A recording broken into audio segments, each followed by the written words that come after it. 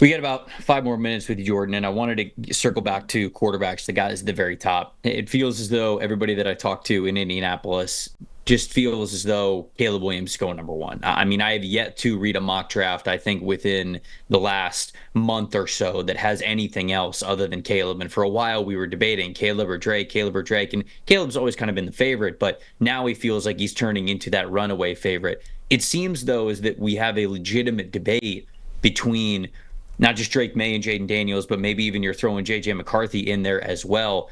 When you've watched Drake Maye is clearly QB2 for me. Like from what I've seen on tape, I think he's got all the tools in the world. He's had a ton of production over the last couple of seasons, and yet we're hearing he might not.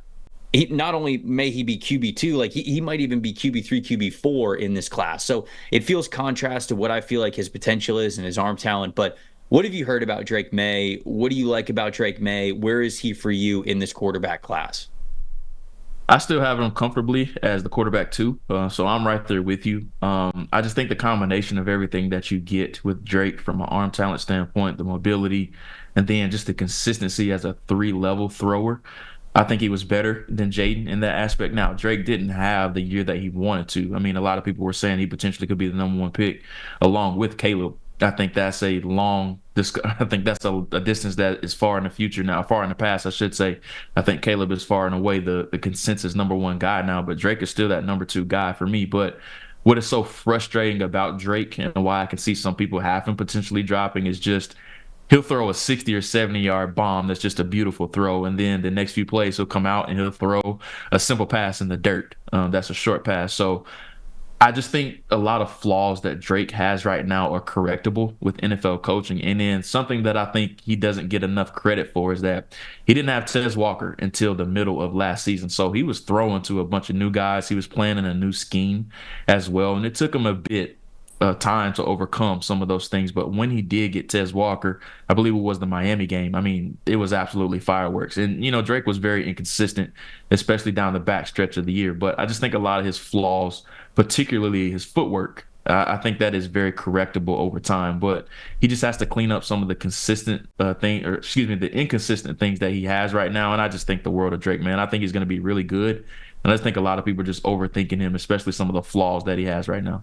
Once we decided that Drake Maye actually needed to be criticized a little bit and we needed to pick him apart, now you can't stop that freight train. Now we're just dinging him left, right, and center, and it's like, nah, he might not even be QB3. We're taking him all the way down. It's like, okay, come on, let's pump the brakes a little bit here. Like, I was leading the charge to say, I feel like we've overrated this guy a bit.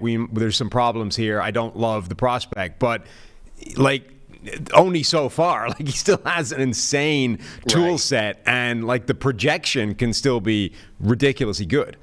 Yeah, I'm with you. And we'll see how their NFL careers turn out. We'll see where they end up getting drafted. But since the summer, I've had Caleb Williams very clearly as quarterback one in this class. I've had Drake Maye very clearly as quarterback two, even with the rise of JJ McCarthy, even with the rise of Jaden Daniels. When the season ended right around December, kind of got a good look at these guys again and went through some of their film. But I didn't end up getting to my draft guide, deep dive into these players for quarterbacks until, when was this? Like beginning of February-ish. And I kind of felt bad about it at the time because I didn't have as confident of an answers or detailed of answers when people would ask me about quarterbacks in January. And I was like, man, they're just later on the schedule.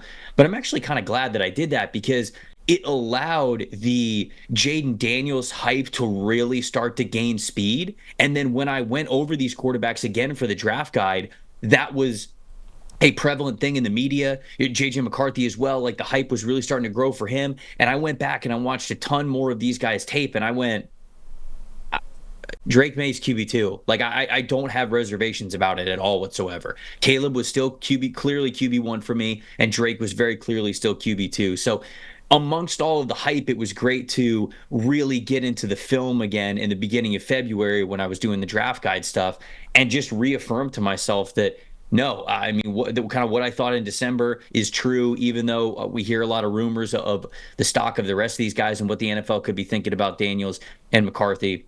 Maye is still QB2 for me, man. I think that anybody who's who has a quarterback choice outside of Caleb Williams and isn't taking Drake Maye, I think they're overthinking it. I think the process around all of this stuff, right, scouting, ranking, all this kind of thing, is a really interesting element because I don't know what the correct answer should be. On the one hand, I think there's a lot of merit and virtue to doing it in your own little silo, isolated from the world, and not knowing what the consensus opinion is, right? So I like sort of not really following college football and coming to draft prospects essentially completely fresh and just getting my own take on guys because I'm not like influenced by 3 years of watching this dude, play for USC or whatever. Like the first time I've ever heard of half these guys is when we start doing draft prep and you just get your initial take, right? But then there's also, I think, a lot of merit to, okay, I didn't like Brian Thomas at all from my first go through, but everybody loves him, right? And I think there's a lot of value in sort of knowing that and saying, all right, I'm clearly seeing it different to these people. So at the very minimum, I should go and check myself and make sure that I'm comfortable with that. Or did I just like watch him wrong? Was it a bad day? Was I already 8 wide receivers deep and just got lazy that time? Like it's a good check, right? To just go and say, like immediately I had a flag on Brian Thomas Jr. because at that point I kind of knew that he was getting quite popular as a top pick and I didn't like him. So in my notes was like a flag of, hey, check this again later because you like him a lot less than everybody else does. And at the very minimum, make sure you like that. So for NFL teams, I think this is the thing as well, right? I know that NFL teams try and like isolate their scouts and don't let them sort of look at grades or any of this stuff because they want them doing this isolated in a vacuum. But there needs to be a cross-check process somewhere of like, this is where the consensus is, are we comfortable with our differences and why do they exist?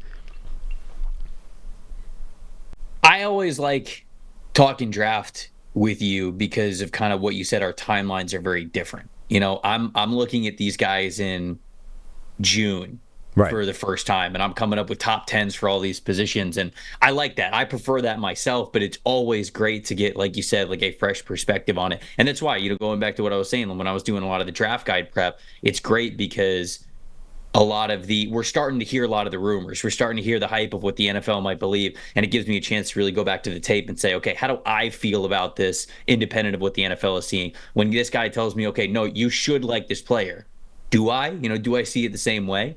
And, we were joking about this before the show that a handful of us were a little bit lower on Tyree Wilson last year than consensus. Like it felt like Tyree Wilson was a consensus top 10 player for a lot of really great evaluators. And I'm not saying that we're taking the victory lap on being lower on Tyree Wilson. I think this year could be potentially a huge year for him. And I felt like it was always going to take a little bit of time for him to figure it out from Texas Tech to the NFL. So he's right on the timeline of when he would really take that leap anyways. But I just remember people watching him, and to this point, it just doesn't feel like he's living up to that sort of top 10 potential. And maybe that's the way that you're kind of seeing it with a guy like Brian Thomas Jr., but it's always great to get different people's perspective. You don't want to fall into the group thing too much. You want to be able to stand firm in your convictions on what you think about these prospects. But it is good to, I would say at this time of the year, hear other people's perspectives and ask their rankings because it allows you to either see something you didn't see or it just fortifies what you believed about a prospect. Right. And you say, nope, somebody actually tried to challenge me on this. And I just, quite frankly, don't think that way. I don't see this player this way. So this time of year is, I think, good for that kinds of stuff. Also, because of what we talked about with Jordan, which is you can see a guy the same way, but sort of evaluate it differently, right? Like one of the things I like is when you sort of see something of a player and you've identified this thing and you're like, okay, I think this is either really good or really bad, right? And it sort of weighs, reasonably heavily in your overall evaluation of that player.